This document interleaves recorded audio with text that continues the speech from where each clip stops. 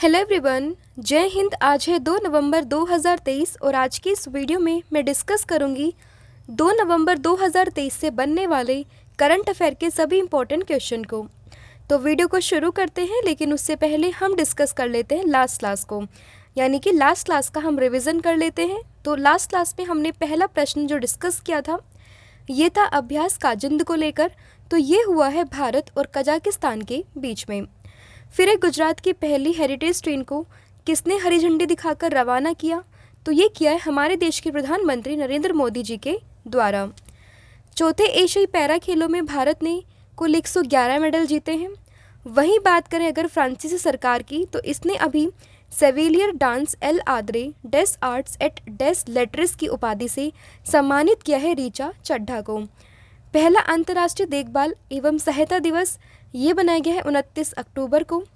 International cricket में 18,000 run पूरे करने वाले 5वें भारतीय बल्लेबाज तो ये बने हैं रोहित शर्मा। उसके बाद है बैलन डी और अवार्ड, तो ये मिला है लियोनेल मेसी को 8वीं बार। अपशिष्ट से कला स्क्रैप से मूर्तिकला प्रदर्शनी का उद्घाटन ये किया है अर्जुन राम मेघवाल ने। अल्बानिया में आयोजित अंडर 23 कुश्ती में विश्व चैंपियन बनने वाले देश की पहली महिला पहलवान ये बनी है रितिका हुड्डा, जो कि हरियाणा के रोहतक से हैं। तो ये हमने डिस्कस किया है लास्ट क्लास को, तो हमने क्विक रिवीजन किया है। अब बढ़ते हैं आज के करंट अफेयर की तरफ। तो आज की क्लास का पहला प्रश्न है, हाल ही में फाइनेंशियल एक्शन टास्क फोर्स यानी कि जिसे हम शॉर्ट में FATF कहते हैं, इसने अभी किसे ग्रे लिस्ट से हटाया है? तो आपसे पूछा है कि अभी FATF ने किसे ग्रे लिस्ट से हटाया है। तो ध्यान रखिएगा, इसने पनामा, अल्बानिया और केमन आइलैंड यानी कि इन तीनों को अभी हटाया है अपनी ग्रे लिस्ट से। तो ऑप्शन नंबर डी आप यहाँ पर याद रखेंगे। अब देखिए, हाल ही में फाइनेंशियल एक्शन टास्क फोर्स यानी कि FATF ने केमन आइलैंड, पनामा, जॉर्डन और अल्बानिया देशों को अपनी ग्रे लिस्ट से हटा दिया है। जबकि अभी हमने पहले भी डिस्कस किया था कि बुल्गारिया को भी इसने अभी अपनी लिस्ट में शामिल किया है। यानी कि अभी देखिए जो देश बाहर निकले हैं वो है केमन आइलैंड, पनामा, जॉर्डन और अल्बानिया, लेकिन शामिल कौन सा हुआ है? तो ये हुआ है बुल्गारिया। ठीक है। FATF की बात करें तो एक आतंकी वित्तपोषण और मनी लॉन्ड्रिंग पर अंतर्राष्ट्रीय निगरानी संस्था है। उद्देश्य इसका क्या होता है कि जो मनी लॉन्ड्रिंग है, आतंकवादी वित्तपोषण का मुकाबला करने और सामूहिक विनाश के हथियारों के प्रसार के वित्त पोषण का विरोध करना, ये बेसिकली इसका उद्देश्य होता है। ठीक है। यानी कि मनी लॉन्ड्रिंग से संबंधित या आतंकवादी से संबंधित जो भी चीज़ें होती है उन सब पर निगरानी रखना इसका बेसिकली काम होता है।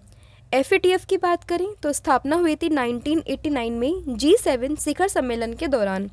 मुख्यालय तो ये इसका पेरिस, फ्रांस में है। देखिए, FATF की बात करें तो इसकी 2 लिस्ट होती हैं, एक होती है ब्लैक लिस्ट और दूसरी होती है ग्रे लिस्ट। ग्रे लिस्ट आपने अक्सर सुना होगा, न्यूज़ में आती रहती है, बेसिकली कभी पाकिस्तान को लेकर, अभी रिसेंटली बुल्गारिया को लेकर आई थी और अभी फिर से न्यूज़ में है केमन आइलैंड, पनामा, जॉर्डन और अल्बानिया को लेकर। ठीक है। तो 2 लिस्ट बेसिकली होती है, एक है ब्लैक लिस्ट और एक है ग्रे लिस्ट। ब्लैक लिस्ट में होते हैं वो जिसमें अधिक निगरानी रखनी होती है और ग्रे लिस्ट में वो होते हैं जिसमें कम निगरानी रखनी होती है। FATF की ब्लैक लिस्ट में बात करें तो इसमें शामिल हैं ईरान, उत्तर कोरिया और म्यांमार। भारत की बात करें तो FATF में शामिल ये 2010 में हुआ था, मतलब 2010 में भारत को 34वें देश सदस्य के रूप में शामिल किया था। ठीक है। तो ये इन्फॉर्मेशन आपको बेसिकली इसमें ध्यान रखनी है। अब देखिए, हमने डिस्कस किया है यहाँ पर पनामा को, अल्बानिया को और केमन आइलैंड को।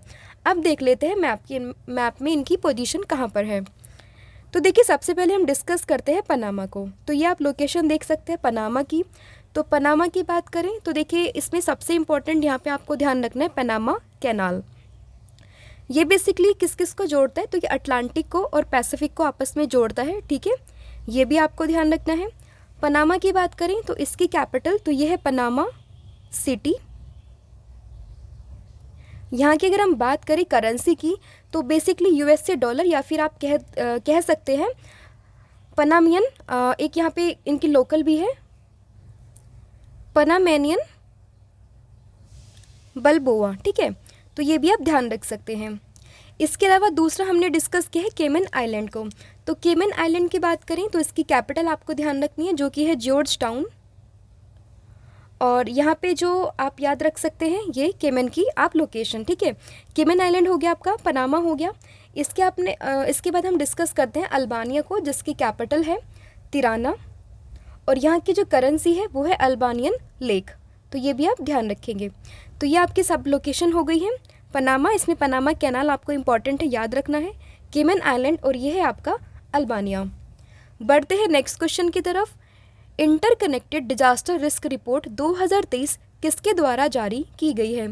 तो देखिए यहाँ पर बात हुई है interconnected disaster risk management risk report 2023 की।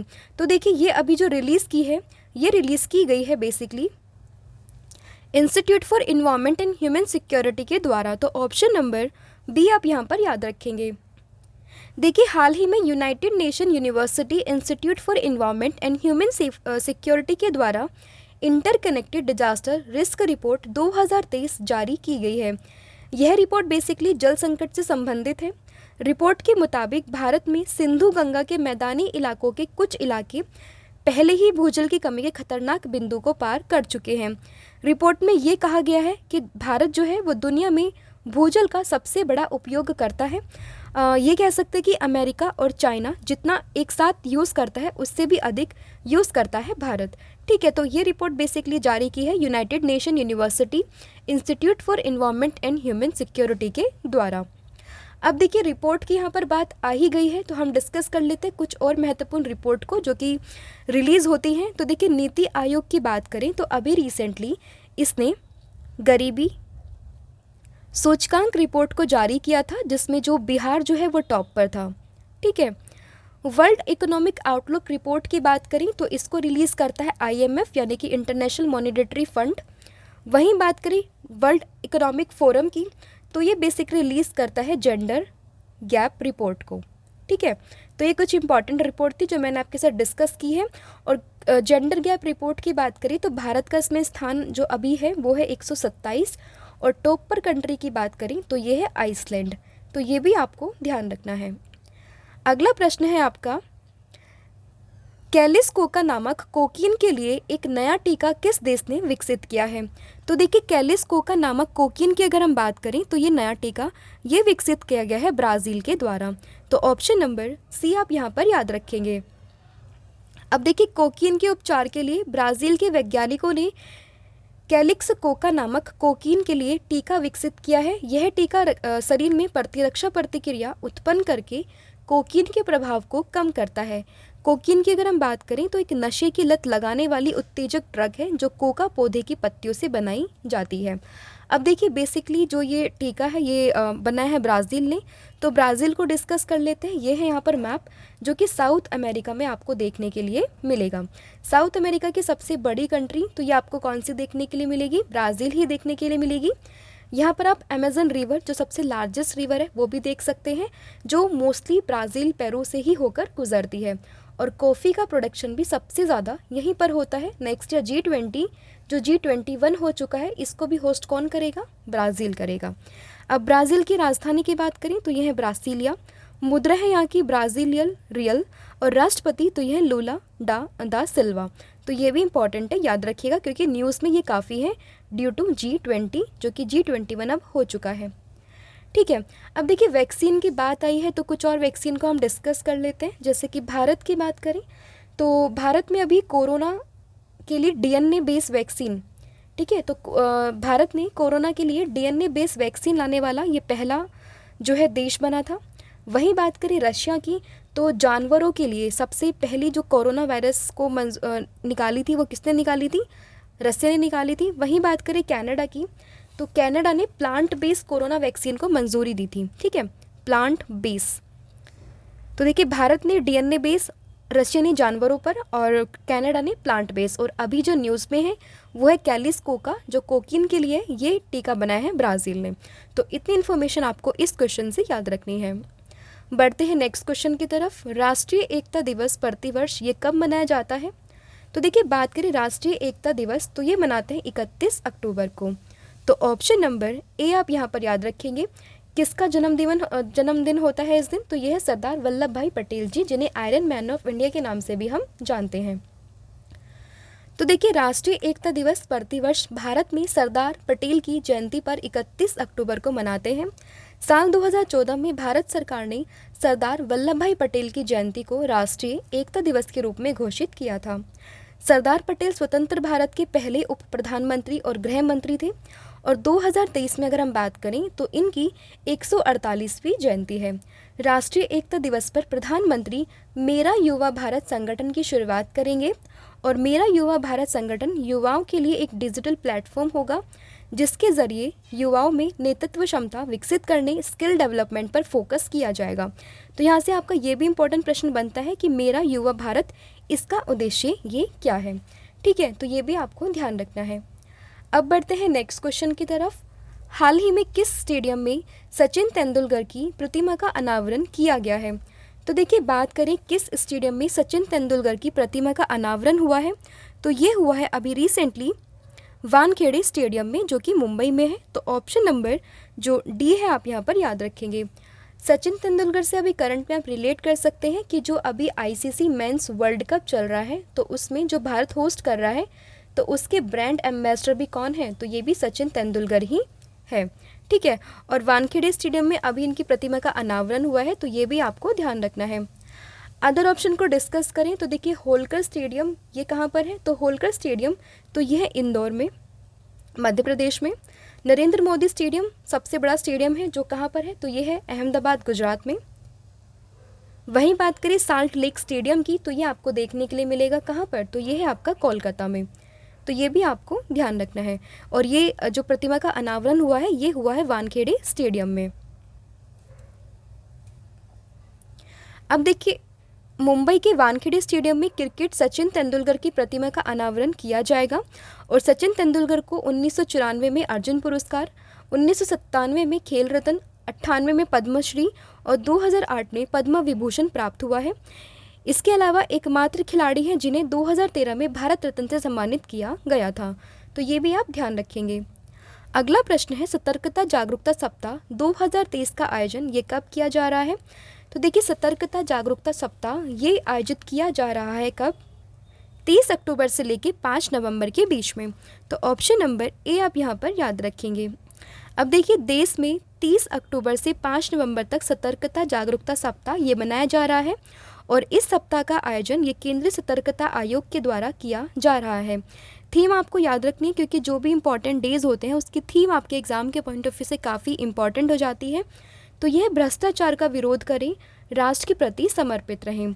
उद्देश्य क्या है? तो यह सार्वजनिक जीवन में सत्यनिष्ठा और नैतिकता के महत्व के बारे में जागरूकता को बढ़ाना। केंद्रीय सतर्कता आयोग भारत सरकार के विभिन्न विभागों के अधिकारियों, कर्मचारियों से संबंधित भ्रष्टाचार नियंत्रण की सर्वोच्च संस्था है। स्थापना कब हुई थी? तो ये हुई थी 1964 में। अगला प्रश्न है, हाल ही में संयुक्त राष्ट्र सभा ने गाजा प्रस्ताव को मंजूरी दी है। यह प्रस्ताव किस देश के द्वारा तैयार किया गया है? तो देखिए, अभी जो रिसेंटली देखिए गाजा प्रस्ताव को मंजूरी दी है, यह प्रस्ताव तैयार किया गया है जॉर्डन के द्वारा। तो ऑप्शन नंबर सी आप यहाँ पर याद रखेंगे। ठीक है, ऑप्शन नंबर सी इस क्वेश्चन का सही आंसर होगा, जिसने अभी हाल ही में गाजा प्रस्ताव को मंजूरी दी है। अब देखिए, अक्टूबर 2023 में संयुक्त राष्ट्र महासभा ने गाजा प्रस्ताव को मंजूरी दी है। उद्देश्य है गाजा में नागरिकों की सुरक्षा और कानूनी और मानवीय दायित्व को कायम रखना। दिया है जॉर्डन ने। तो जान लेते हैं जॉर्डन के बारे में। राजधानी है इसकी अम्मान, मुद्रा है जॉर्डियन दिनार और प्रधानमंत्री तो यह बिसार खसावने। ठीक है, तो ये भी आपके लिए इम्पोर्टेंट हो जाता है। देखिए, अभी रिसेंटली इजराइल और जो हमास का ये युद्ध है काफ़ी न्यूज़ में है, तो इसीलिए आपको याद रखने इनकी लोकेशन। तो ये आप इजराइल देख सकते हैं, ये है आपका जॉर्डन जिसकी कैपिटल मैंने आपको बताई अम्मान, ये है इजराइल आप देख सकते हैं। इन्हीं के बीच में आपको देखने के लिए मिलेगा डेड सी। तो ये भी आपके लिए इंपॉर्टेंट हो जाता है कि डेड सी किसके बीच में है? तो इजराइल और जॉर्डन के बीच में आपको देखने के लिए मिलेगा डेड सी। तो ये इन्फॉर्मेशन आपको यहाँ पर ध्यान रखनी है। अब बढ़ते हैं अगले प्रश्न की तरफ कि विश्व का पहला AI यानी कि आर्टिफिशियल इंटेलिजेंस सेफ्टी समिट किस देश में आयोजित किया जा रहा है? तो देखिए, बात करें विश्व का पहला AI सेफ्टी समिट, ये आयोजित हो रहा है बेसिकली ब्रिटेन में। तो ऑप्शन नंबर सी आप यहाँ पर याद रखेंगे। तो देखिए, इसका आयोजन ये कर रहा है ब्रिटेन। तो ऑप्शन नंबर सी आप यहाँ पर याद रखेंगे। अब देखिए यहाँ पर बात आई है एआई की, तो हम जान लेते हैं एआई के बारे में। एआई यानी कि आर्टिफिशियल इंटेलिजेंस, जिसको हिंदी में हम कहते हैं कृत्रिम बुद्धिमत्ता। इसमें क्या होता है कि मशीनों में इंसानों के जैसे सोचने समझने की क्षमता को विकसित करना ही क्या कहलाता है, ये कहलाता है आर्टिफिशियल इंटेलिजेंस। ठीक है, तो इतना इन्फॉर्मेशन आपको इसमें ध्यान रखना है। हालांकि मैंने शायद कल भी ये क्वेश्चन डिस्कस किया था आपके साथ, लेकिन आपका फिर से आपका रिवीजन हो जाएगा। तो यहाँ पर आप ध्यान रखेंगे कि पहला एआई सेफ्टी समिट ये आयोजित हो रहा है ब्रिटेन में। अब देखिए, भारतीय मूल के ब्रिटिश नेता हैं सुनक पहले वैश्विक एआई सुरक्षा शिखर सम्मेलन यानी कि ग्लोबल एआई सेफ्टी समिट की मेजबानी करेंगे। और इससे पहले उन्होंने लंदन में कहा था कि उनका मानना है कि एआई जैसी प्रौद्योगिकी औद्योगिक क्रांति, बिजली आने या इंटरनेट की खोज जितनी ही परिवर्तनकारी साबित होंगी। ये कब से कब तक होने वाला है, तो देखिए 1 से लेकर 2 नवंबर 2023 तक ये चलने वाला है। यहाँ पर आप लोकेशन देख सकते हैं यूके की यानी कि यूनाइटेड किंगडम की। कैपिटल इसकी लंदन है और मुद्रा है यहाँ पर पाउंड स्टर्लिंग। और यहाँ के प्रधानमंत्री तो ये है ऋषि सुनक, तो ये भी आप ध्यान रख सकते हैं। और यहाँ पर आप देख सकते हैं इंग्लिश चैनल को। अब आप मुझे कमेंट सेक्शन में बताओगे कि इंग्लिश चैनल को पार करने वाले पहले व्यक्ति ये कौन थे। भारतीय व्यक्ति आपको बताने हैं, तो इसका आंसर आप मुझे कमेंट सेक्शन में दोगे। अब देखिए डिस्कस कर लेते हैं अदर ऑप्शन को। तो भारत की बात करें तो देखिए अभी रिसेंटली यहाँ पर G20 होस्ट हुआ था, जो कि अभी हमने एक नया मेंबर इसमें ऐड किया अफ्रीकन यूनियन, जिसके साथ ये हो गया है G21। फ्रांस की बात करें तो देखिए नेक्स्ट ईयर जो समर ओलंपिक होने वाले हैं ये पेरिस फ्रांस में होंगे। रशिया की बात करें तो ब्रिक्स सम्मेलन जो होने वाला अगले जो नेक्स्ट होने वाला है ये कहाँ पर होगा, तो ये होगा रशिया में। ब्रिक्स की बात करें तो देखिए अभी इसमें नए 6 मेंबर ऐड हुए हैं, जिसको मैंने आपको बताया था ट्रिक से याद रख सकते हैं। AICU, Argentina, Iran, Saudi Arabia, Egypt, Ethiopia और आपका UAE। तो इस ट्रिक से आप इनको याद रख सकते हैं। बढ़ते हैं नेक्स्ट क्वेश्चन की तरफ। हाल ही में किस देश में दुनिया का सबसे ऊंचा परमाणु अनुसंधान रिएक्टर स्थापित किया जाएगा, तो देखिए सबसे ऊंचा परमाणु अनुसंधान रिएक्टर ये स्थापित हो रहा है बोलीविया में। तो ऑप्शन नंबर बी आप यहाँ पर याद रखेंगे। दुनिया का सबसे ऊंचा परमाणु अनुसंधान रिएक्टर ये बोलीविया में स्थापित होगा। और ये कहाँ पर है, दक्षिण अमेरिका में देश है बोलीविया। और दुनिया का सबसे ऊंचा परमाणु अनुसंधान रिएक्टर स्थापित यहीं पर किया जाएगा। यह अनुसंधान रिएक्टर समुद्र तल से 4000 मीटर की ऊंचाई पर है और इसकी स्थापना ये रोसाटॉम कंपनी के द्वारा की गई है। बोलीविया की बात करें तो राजधानी है लापास और मुद्रा है यहाँ की बोलीवियाई बोलीवियानो। राष्ट्रपति तो यह है लुइस आर्से। तो इतनी इन्फॉर्मेशन आपको इसमें ध्यान रखनी है। अब देखिए अदर ऑप्शन को डिस्कस करें। हालांकि आप यहाँ पर देख सकते हैं इसकी लोकेशन को, ये है बोलीविया आपका और इसी के बराबर में आपका चिली। यहाँ पर आपको आटाकामा मरुस्थल देखने के लिए मिलेगा। ये ब्राज़ील है जो मैंने अभी लास्ट डिस्कस किया था आपके साथ। अब देखिए डिस्कस कर लेते हैं अदर ऑप्शन को। तो भारत की बात करें तो देखिए G20 होस्ट हुआ है अभी। जर्मनी की बात करें यहाँ पर तो देखिए जर्मनी में हुआ है आपका बेसिकली आप याद रखेंगे दुनिया की पहली जो H2 ट्रेन है, मतलब हाइड्रोजन ट्रेन, ये कहाँ पर हुई है, तो जर्मनी में ही शुरू हुई है। अमेरिका की बात करें तो ये भी मून मिशन है इसका। तो देखिए अमेरिका की बात करें तो मून मिशन है यहाँ पर आर्टेमिस 2, तो ये इस पे भी काम कर रहा है अमेरिका। भारत की बात करें तो देखिए आप याद रख सकते हैं लद्दाख में अभी दुनिया का सबसे ऊंचा मोटरेबल रोड ये बनेगा कहाँ पर, भारत के लद्दाख में। तो दुनिया के सबसे ऊंचे कुछ मैंने आपके साथ डिस्कस किए भारत में, बोलीविया में यहाँ पर डिस्कस हुआ है परमाणु अनुसंधान। जर्मनी की बात करें तो पहली जो हाइड्रोजन ट्रेन है ये लॉन्च की है जर्मनी ने। और अमेरिका की बात करें तो आर्टेमिस मिशन आपको यहाँ पर ध्यान रखना है।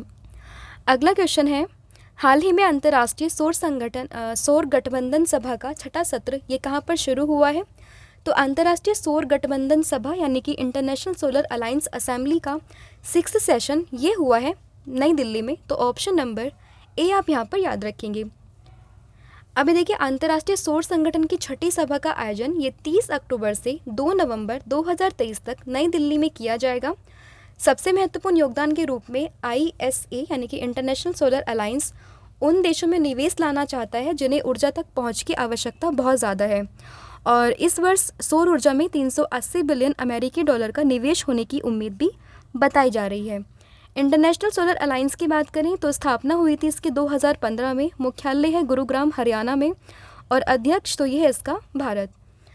अब देखिए अदर ऑप्शन को डिस्कस करें तो दिल्ली में अभी G20 भी होस्ट हुआ है। इंदौर की बात करें तो प्रवासी भारतीय सम्मेलन, ये आप याद रख सकते हैं, ये हुआ है इंदौर में। भोपाल की बात करें तो खेलो इंडिया यूथ गेम जो हुए हैं ये यहीं पर ऑर्गेनाइज हुए थे और इसमें जो टॉप पर था ये था महाराष्ट्र। और लखनऊ की बात करें तो खेलो इंडिया यूनिवर्सिटी गेम ये खेले गए थे लखनऊ में, जिसमें पंजाब यूनिवर्सिटी चंडीगढ़ ये टॉप पर रहा था। अब हम डिस्कस करते हैं कुछ स्टैटिक रिवीजन को। तो देखिए वियना शहर किस नदी के किनारे बसा हुआ है, तो ये है डैन्यूब पर। कर्क रेखा भारत के कितने राज्यों से होकर गुजरती है, तो ये है 8। 8 के राज्यों के नाम आप मुझे कमेंट सेक्शन में बताएंगे। इसके बाद कौन सी नदी मकर रेखा को 2 बार काटती है, तो ये है लिम्पोपो। आटाकामा मरुस्थल तो ये मैंने अभी डिस्कस किया था, चिली में है। यूरोप महाद्वीप में प्रवाहित होने वाली सबसे लंबी नदी तो ये है वोल्गा। दुनिया में सबसे वर्षा वाला स्थान तो ये है मानेसराम भारत में। किस गवर्नर जनरल ने हड़प नीति का प्रतिपादन किया, तो यह है लॉर्ड डलहौजी। द्वैत शासन को किसने समाप्त किया, तो यह है वॉरेन हेस्टिंग, लेकिन शुरुआत ये की थी रॉबर्ट क्लाइव ने। उसके बाद सहायक संधि किसने लागू की थी, तो ये थे लॉर्ड वेलेजली। वहीं बात करें कांग्रेस के प्रथम अधिवेशन की अध्यक्षता तो ये की थी व्योमेश चंद्र बैनर्जी ने। वहीं बात करें कांग्रेस की स्थापना तो ये हुई थी 1885 में लॉर्ड डफरिन के टाइम पर। तो ये था आपका स्टैटिक का रिवीजन। अब लास्ट क्लास में जो मैंने आपसे प्रश्न पूछा था उसका मैं आंसर बता देती हूँ कि भारत निर्वाचन आयोग में किसने अपना नेशनल आइकन नियुक्त किया है, तो ये है राजकुमार राव। आज के लिए आपका प्रश्न है कि हाल ही में किस राज्य के स्कूलों को हेरिटेज स्कूल घोषित किया जाएगा, तो इसका जो भी आंसर है आप मुझे कमेंट सेक्शन में बताएंगे। तो आज के लिए इतना ही है। वीडियो आपको कैसी लगती है कमेंट सेक्शन में ज़रूर बताएं और अपना वैल्यूएबल फीडबैक भी आप मुझे कमेंट सेक्शन में दे सकते हैं। Thank you so much.